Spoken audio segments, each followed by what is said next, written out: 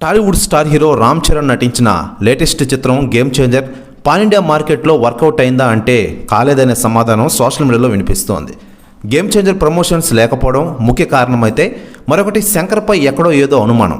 ఆయన వరుస చిత్రాలు నిరాశపరచడంతో గేమ్ చేంజర్పై పాన్ ఇండియా ప్రేక్షకులు ఇంట్రెస్ట్ చూపించలేదన్నమాట వినబడుతోంది.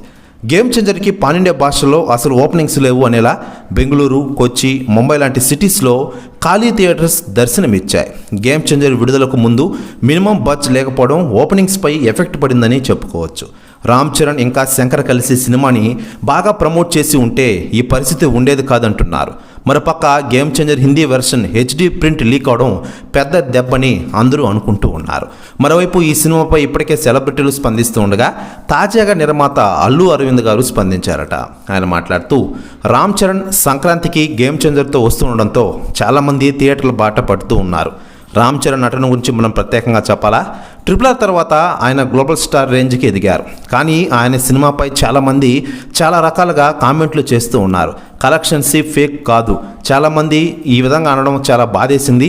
అందరూ థియేటర్కి వెళ్ళి చూడండి, పైరసీని ఎంకరేజ్ చేద్దాడు అంటూ సంచలన వ్యాఖ్యలు చేశారు అల్లు అరవింద్ గారు. ప్రస్తుతం వ్యాఖ్యలు వైరల్ అవుతున్నాయి తెలుగు ఇండస్ట్రీలో. మరోవైపు గేమ్ చేంజర్ సినిమా అయిపోయిన వెంటనే రామ్ చరణ్ బుచ్చిబాబు సానా డైరెక్షన్లో మరో సినిమాతో బిజీ కానున్నారు.